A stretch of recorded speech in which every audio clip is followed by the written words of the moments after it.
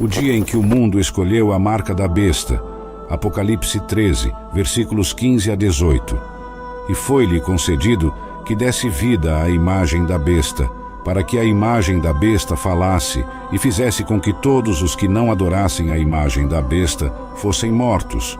E faz com que todos, pequenos e grandes, ricos e pobres, livres e escravos, recebam uma marca na mão direita ou na testa, para que ninguém possa comprar ou vender, a não ser aquele que tem a marca, ou o nome da besta, ou o número do seu nome. Aqui está a sabedoria. Aquele que tem entendimento calcule o número da besta, pois é o número de um homem, e seu número é 666. No 18º versículo do 13º capítulo do livro do Apocalipse, a Bíblia claramente afirma que 666 é o número de um homem. A palavra de Deus quer que você saiba que o anticristo é um homem e não um anjo. Ele é um homem e não um sistema. Ele é um homem e não um governo. Ele é um homem e não uma instituição. Ele é um homem e não uma organização. Ele é um homem e não um estabelecimento. Ele é um homem e não uma sociedade secreta. Ele é um homem e não um ser espiritual. Ele é um homem e não uma força. Ele é um homem e não uma ideia. Ele é um homem e não uma teologia. Ele é um homem e não um movimento ou força. Não. A palavra de Deus quer deixar claro que, quando falamos sobre o anticristo, estamos falando sobre um homem, e que homem ele será. A Bíblia descreve este homem como a besta do mar. Esta descrição simbólica do anticristo como a besta do mar revela muito sobre sua natureza, origem e caráter. É interessante notar que, embora o anticristo seja um homem, Deus não o vê como um homem feito à imagem divina de Deus, mas sim como uma besta, um animal selvagem sob o controle do dragão, Satanás. Vemos no 2º versículo do 13º capítulo do livro do Apocalipse quem deu o poder ao anticristo. O versículo diz: "E a besta que vi era semelhante a um leopardo, e os seus pés eram como os de um urso, e a sua boca como a boca de um leão. E o dragão deu-lhe o seu poder, e o seu trono, e grande autoridade. Foi Satanás quem lhe deu seu poder e grande autoridade." Muitas pessoas subestimam grandemente o poder e a autoridade de Satanás. Primeiro, vamos estabelecer algo importante. A Bíblia frequentemente se refere a Satanás como o Deus desta era. Vemos isso em 2 Coríntios 4, versículo 4, ou o príncipe do poder do ar. Vemos isso em Efésios 2, versículo 2.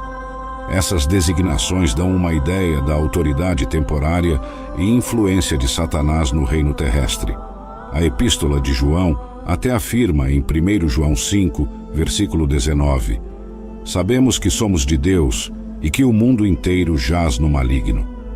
Essas passagens juntas sugerem que Satanás tem algum grau de autoridade sobre os reinos deste mundo, pelo menos por uma temporada. Agora, quando Jesus foi oferecido esses reinos, não foi porque Satanás tinha a posse final sobre eles, mas sim porque, no estado caído do mundo, Satanás foi permitido um governo temporário. Mas Jesus, reconhecendo a natureza enganosa da oferta e a exigência de adorar Satanás, declinou, citando as Escrituras em resposta. Como já mencionado, a Escritura afirma que o dragão, outro nome para Satanás, dará seu poder, trono e grande autoridade ao anticristo em Apocalipse 13, versículo 2. O anticristo será energizado pelo próprio poder do inferno. Deus não vê o anticristo, que é a besta do mar, e o falso profeta, a besta da terra, como homens feitos à imagem divina de Deus. Em vez disso, Deus os vê como bestas, animais selvagens sob o controle do dragão, Satanás. Isso é tão importante e lança luz sobre o fato de que todos os outros seres humanos que viveram e não aceitaram Cristo serão julgados no grande julgamento do trono branco. Apocalipse 20, versículos 11 a 15. No entanto, apenas 2 seres humanos não redimidos perdem esse grande julgamento do trono branco: o anticristo e o falso profeta. Eles não são sequer julgados, são diretamente lançados no lago de fogo. Isso deve mostrar a você que essas 2 pessoas não são indivíduos normais. Essas 2 pessoas serão alimentadas por um nível de maldade como o mundo nunca viu antes. Apocalipse 20, versículo 10. O anticristo será mau como nenhum outro. Assim como Jesus Cristo é Deus em carne, a besta será Satanás em um corpo humano, e ele tem o número 666. Sempre que você vê o número 666, você precisa estar ciente e cauteloso, pois esse não é um número com o qual você deseja se associar. Muitas bandas de rock e meios de comunicação brincam com o número 666, mas esse número é algo com o qual você não deveria querer ter nada a ver. Lembro-me de algumas décadas atrás, comprei um telefone e 3 dos números naquele número móvel eram 666. Eu disse, não, obrigado, senhor, e liguei para o provedor para mudar esse número. Imagine ser um pastor entregando seu número às pessoas e depois dizendo 666. Isso não é uma boa aparência. Nunca tenha nada a ver com esse número, pois é o número de um homem, é o número de uma besta.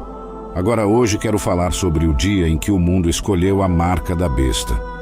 No panorama da profecia bíblica, uma das cenas mais fascinantes é, sem dúvida, quando a marca da besta é introduzida e aceita. O mundo escolherá a marca da besta da mesma forma que o mundo escolheu rejeitar o Senhor Jesus Cristo. Este momento sombrio e arrepiante na história futura é mais do que apenas um espetáculo do fim dos tempos. Ele sustenta um espelho profundo às escolhas e lealdades da humanidade. As escolhas têm consequências e todos nós somos dados uma escolha. Lembre-se de que a besta é um Cristo falso. É crucial entender isso. O anticristo é a tentativa mestra de Satanás de zombar, imitar e difamar o Salvador genuíno, Jesus Cristo. Satanás sempre foi sobre imitação, embora torcida. Assim como moeda falsa revela o valor da moeda verdadeira, a aparição do anticristo sublinha o valor e a veracidade de Jesus Cristo. No entanto, aqui está a amarga ironia. Este mundo não receberia o verdadeiro Jesus Cristo, mas receberá o anticristo. É uma escolha que ressoa com consequências profundas. As escolhas têm consequências. Cada um de nós, quando nascemos nesta vida, é dado a opção de fazer escolhas, e nossas escolhas têm consequências eternas. Nenhum único de nós deixará de existir daqui a 100 anos, ou 1000 anos, ou mesmo 1 milhão de anos. As escolhas que fazemos são escolhas eternas. As escolhas têm consequências.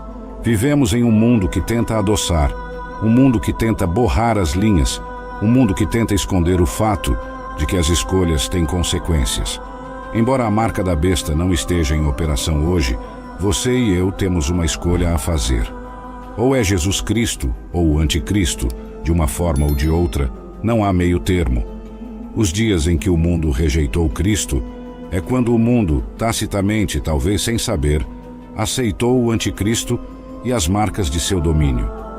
O dia em que o mundo escolheu a marca da besta não foi um salto repentino para a escuridão, mas o ápice de muitas escolhas feitas na rejeição da luz do mundo.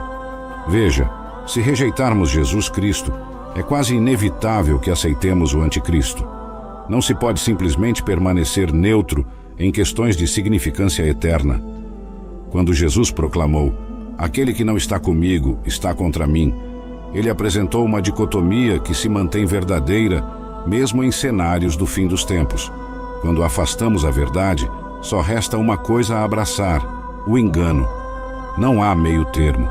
Quando afastamos a verdade, só resta uma coisa a abraçar: o engano. Não há meio termo. E como este mundo afastou a verdade que é o Senhor Jesus Cristo. O mundo rejeitou a verdade de Jesus Cristo, mas tragicamente, o mundo acreditará na mentira do anticristo. É como se a bússola espiritual da humanidade, tendo perdido seu verdadeiro norte, estivesse mais do que disposta a seguir um falso polo magnético. E como esse falso polo magnético virá, o mundo nunca viu um como o anticristo. As pessoas o amarão e o adorarão, e aqueles que não o amam e adoram serão coagidos a adorá-lo. Além disso, considere a profundidade do engano. O mundo não adorará Cristo, aquele que suportou seus pecados, aquele que usou a coroa de espinhos e estendeu a graça livremente, mas se curvará diante do anticristo, a personificação de tudo o que é oposto à graça, ao amor e à verdade. Isso me lembra das palavras de Jesus, em João 5, versículo 43. Eu vim em nome do meu Pai, e vocês não me aceitam. Mas se outro vier em seu próprio nome, vocês o aceitarão. A essência deste versículo destaca como as escolhas têm consequências. As escolhas podem levar à vida ou inaugurar calamidades, particularmente calamidades eternas. A escolha do mundo em rejeitar Jesus Cristo, Deus encarnado, a encarnação do amor, da graça e da verdade, abre a porta para um substituto que é o oposto polar, o anticristo, que incorpora ódio, ilegalidade e engano. O dia em que o mundo escolheu a marca da besta não será apenas um dia de consequência temporal. Revelará a consequência eterna das escolhas que os humanos vêm fazendo o tempo todo. Ao rejeitar Cristo, a humanidade essencialmente deixa um vazio. A natureza abomina um vácuo, e o mesmo acontece no reino espiritual. Esse vazio será preenchido por aquele que vem em seu próprio nome. Ao contrário de Jesus, que veio para fazer a vontade de seu Pai, o anticristo virá para fazer sua própria vontade, e por extensão, a vontade de Satanás, o pai da mentira. O anticristo não apontará as pessoas para Deus, mas sim para si mesmo, e exigirá adoração para si mesmo. O mundo estará tão enganado que acreditará que isso é um ato razoável e necessário. A aceitação do anticristo e de sua marca será o ápice das escolhas da humanidade contra Deus, o clímax da rebelião, o ápice da ilusão coletiva.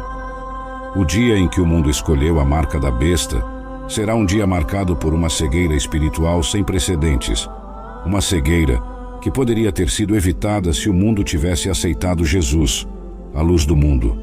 O domínio do anticristo será diferente de tudo o que o mundo já viu. Seu império se estenderá por continentes, engolfando nações e culturas do leste ao oeste, do norte ao sul. Nenhum canto da terra permanecerá intocado por sua influência onipresente. Seu reinado trará consigo uma unidade de controle, onde cada sistema político, econômico e social se curvará à sua vontade. Pessoas de diferentes origens, línguas e crenças se encontrarão sob a sombra de sua autoridade onipresente. Tecnologia, comércio e canais de comunicação serão usados como instrumentos de seu domínio, garantindo que a resistência seja suprimida e a conformidade seja imposta. Este governo global sem paralelo consolidará o poder em suas mãos, tornando-o não apenas um líder político, mas uma força que procura ditar a própria consciência e alma da humanidade. Em conclusão, embora o anticristo tenha seu momento temporário, a vitória eterna pertence a Jesus Cristo.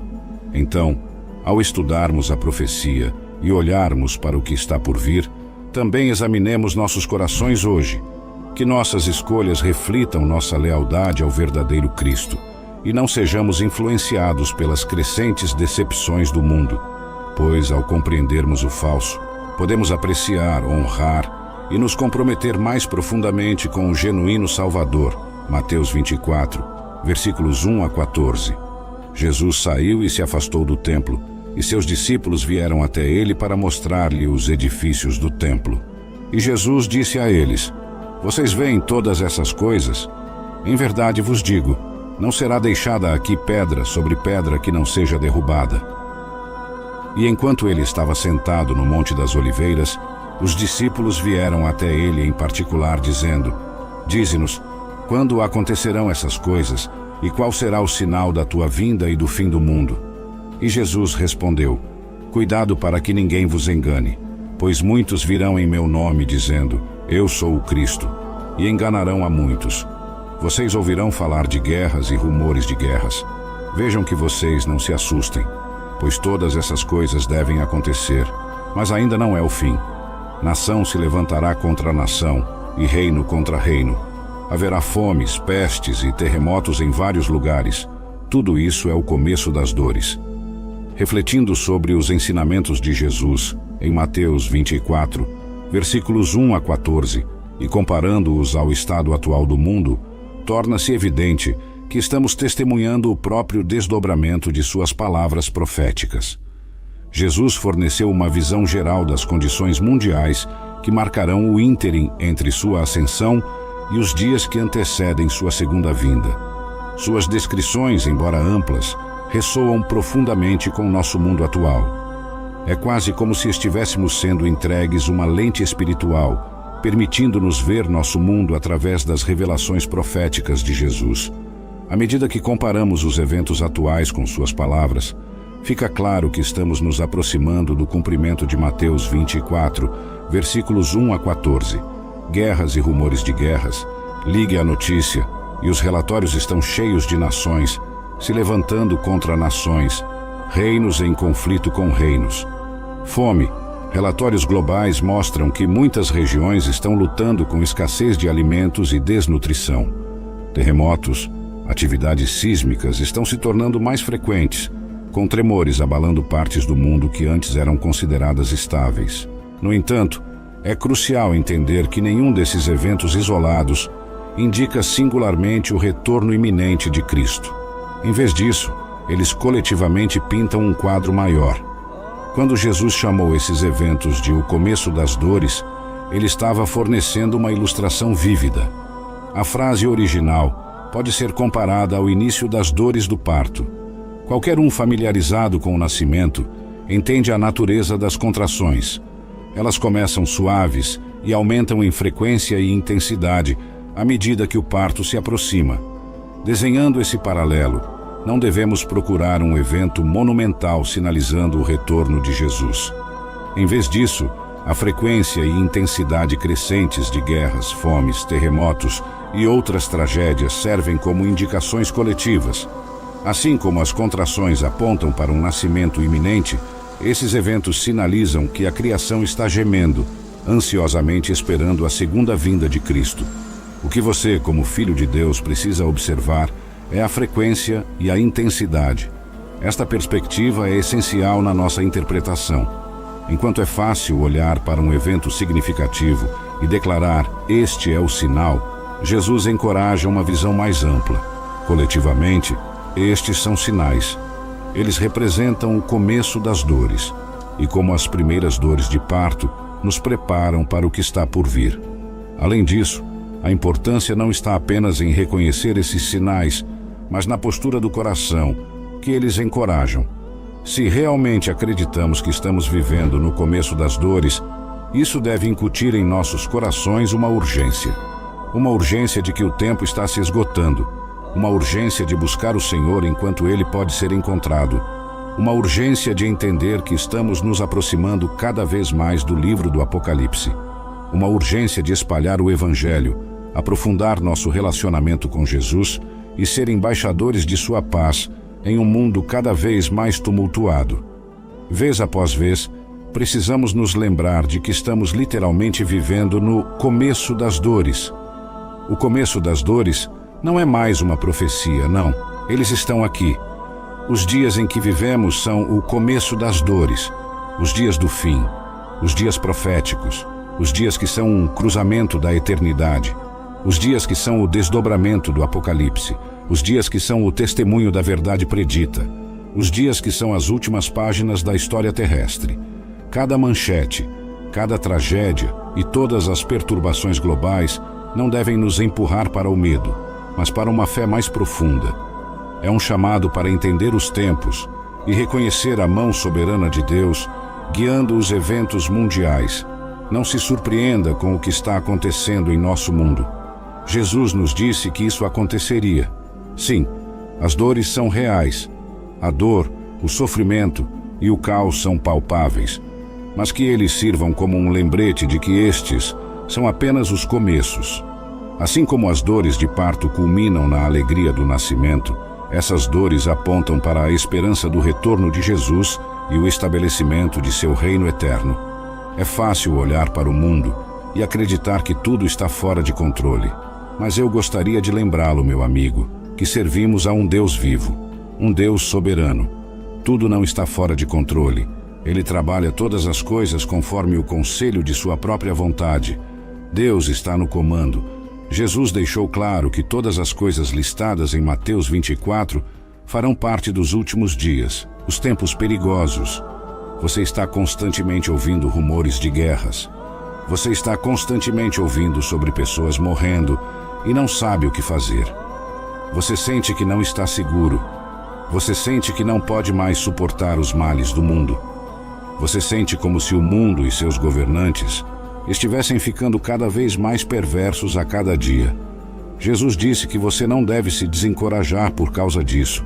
Ele disse que você não deve se preocupar. Não importa o que aconteça neste mundo.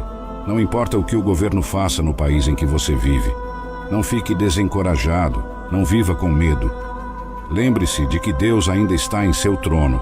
E enquanto Deus estiver em seu trono, você não precisa ter medo. Você não precisa viver com medo. Deus está observando você. Tudo o que você diz, tudo o que você faz, Deus está observando. Cada movimento que você faz, cada passo que você dá, Deus está observando você.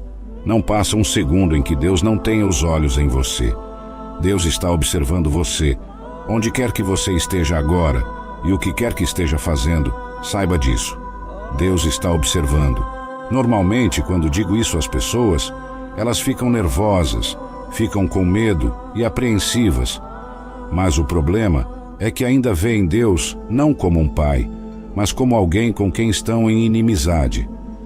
Se você nasceu de novo, o fato de Deus estar observando você não deve trazer medo ao seu coração, mas sim paz, uma paz que ultrapassa todo o entendimento, uma paz que não vem deste mundo. Você não está mais em inimizade com Deus por causa do amor de nosso Senhor Jesus Cristo.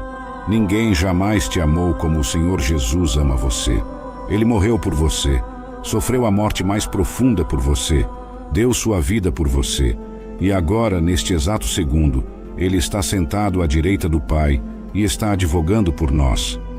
Tudo é sobre o Senhor Jesus Cristo e o que Ele fez por você, o que Ele fez por sua noiva. Agora, como sabemos, a Bíblia nos diz que estamos vivendo nos últimos dias. Estamos verdadeiramente na 11ª hora e no 59º minuto da civilização humana.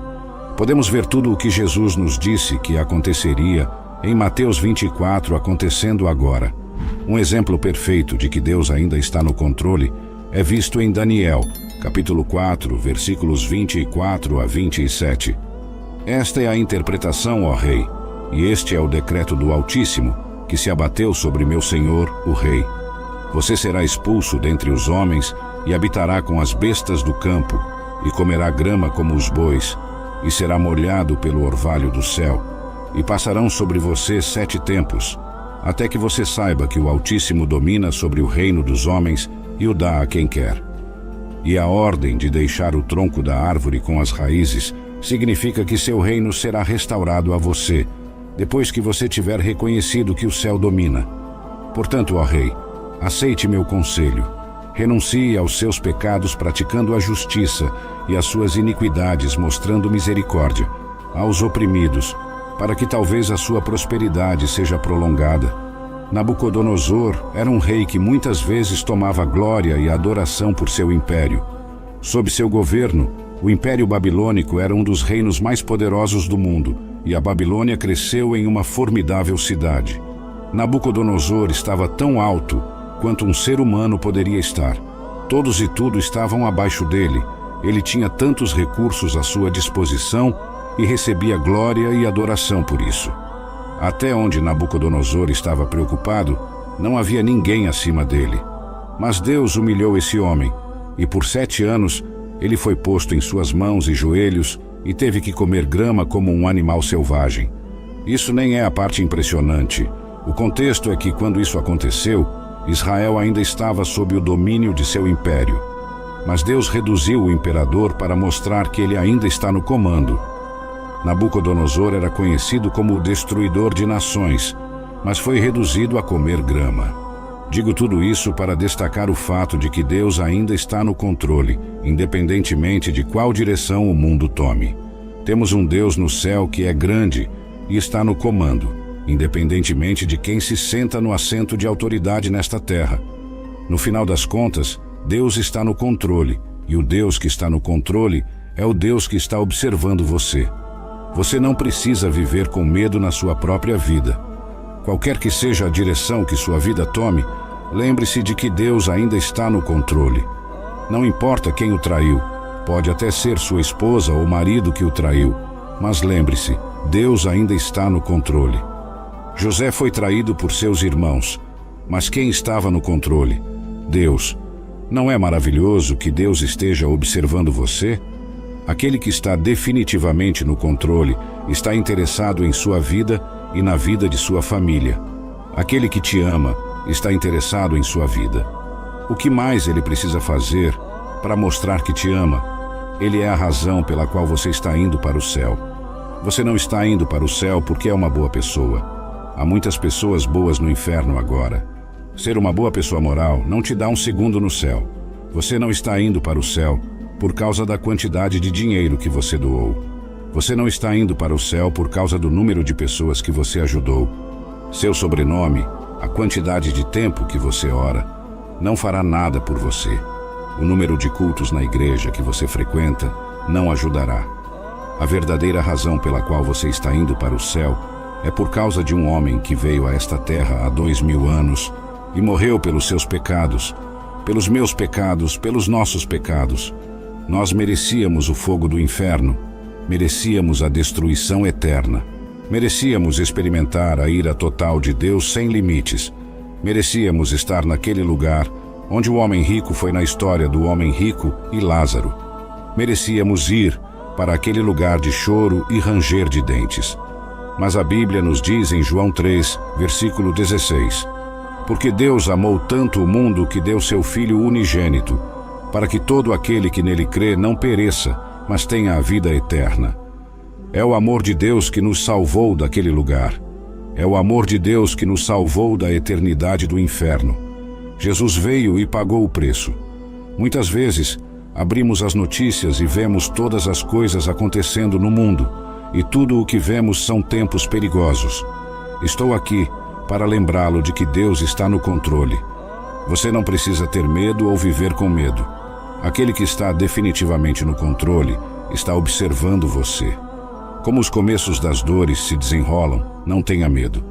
Saiba que você serve a um Deus vivo.